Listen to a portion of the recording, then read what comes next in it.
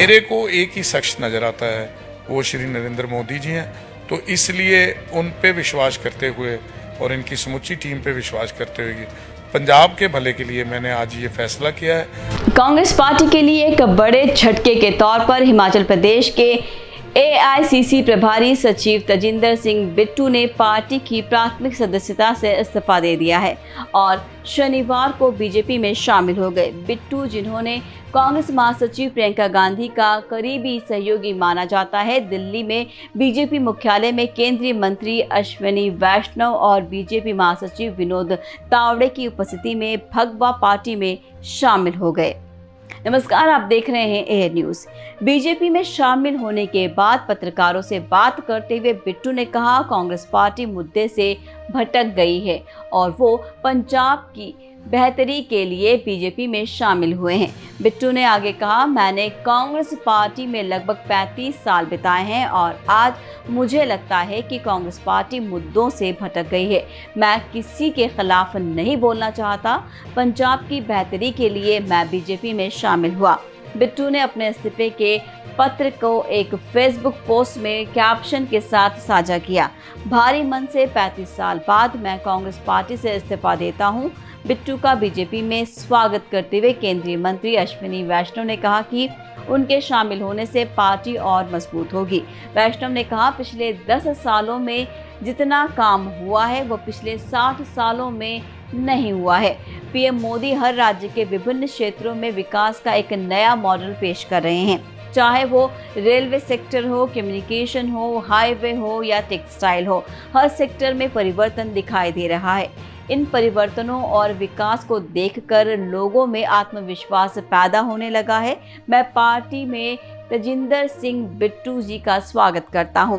अपनी बारी पर बोलते हुए विनोद तावड़े ने कांग्रेस कॉर्पोरेटर निरंजन हिरमेट की बेटी नेहा हिरमेट की हत्या पर कर्नाटक में कांग्रेस सरकार पर हमला बोला। उन्होंने कहा, नेहा हिरमेट के पिता, जो कांग्रेस पार्टी के पार्षद हैं, ने आरोप लगाया है कि ये लव जिहाद का मामला है, लेकिन कांग्रेस पार्टी का कहना है कि ये लव अफेयर है।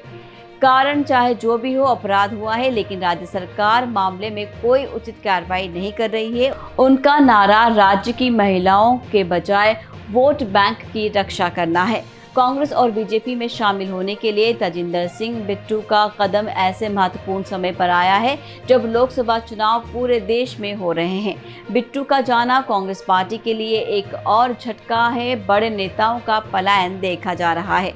इनके इस्तीफे पर प्रतिक्रियाएं देते हुए हिमाचल प्रदेश कांग्रेस की प्रमुख प्रतिभा सिंह ने कहा कि हाईकमान को तय करना है कि वो पार्टी से बाहर क्यों गए हैं, नाराजगी क्या थी। मुझे इसके बारे में ज़्यादा जानकारी नहीं है। एक और सहप्रभारी रखा जाएगा। मैं कई हाई प्रोफाइल लोगों को पार्टी से इस्तीफा देते हुए देख रही हूं, जिससे पार्टी के प्रवक्ता रोहन गुप्ता ने मार्च में पार्टी नेताओं द्वारा उत्पीड़न और चरित्र हत्या का हवाला देते हुए पार्टी से इस्तीफा दिया था। महत्वपूर्ण बताया जा रहा है, रोहन गुप्ता को अहमदाबाद पूर्व निर्वाचन क्षेत्र से कांग्रेस उम्मीदवार घोषित किया गया था। इससे पहले पार्टी के एक अन्य प्रवक्ता गौरव वल्लभ और ओलंपिक पदक विजेता मुक्केबाज विजेंद्र सिंह ने कांग्रेस छोड़ दी थी। मुंबई के वरिष्ठ कांग्रेस नेता संजय निरुपम ने भी पार्टी छोड़ दी है। हालांकि पार्टी ने कहा कि उन्हें पार्टी विरोधी गतिविधियों के लिए निष्कासित कर दिया गया है। ऐसे में भारत में राजनीतिक दलों में पलायन हाल के वर्षों में एक गंभीर समस्या बन गई है। इस प्रवृत्ति के कई कारण हैं, जिनमें शामिल हैं नेतृत्व की कमी। कई राजनीतिक दल नेतृत्व की कमी से जूझ रहे हैं। करिश्माई और प्रभावी नेताओं की कमी से मतदाताओं में मोहभंग पैदा हो गया है। वहीं कांग्रेस और अन्य पारंपरिक दलों का जनाधार घट रहा है। इसका एक कारण भाजपा का उदय है, जिसने कई मतदाताओं का समर्थन हासिल किया है।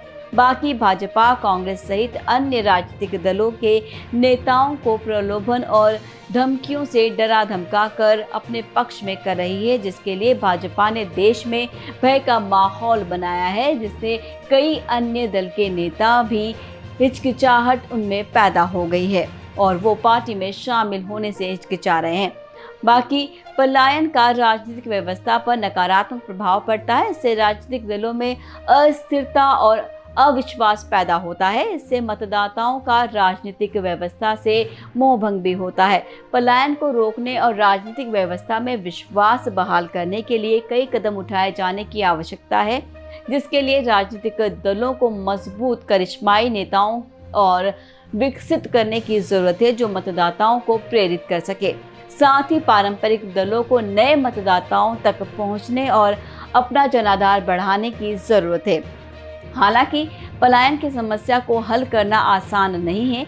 हालांकि राजनीतिक व्यवस्था में विश्वास बहाल करने और भारत में लोकतंत्र को मजबूत करने के लिए ये आवश्यक है। तो आज के इस प्रोग्राम में बस इतना ही। फिलहाल दीजिए विदा। नमस्कार।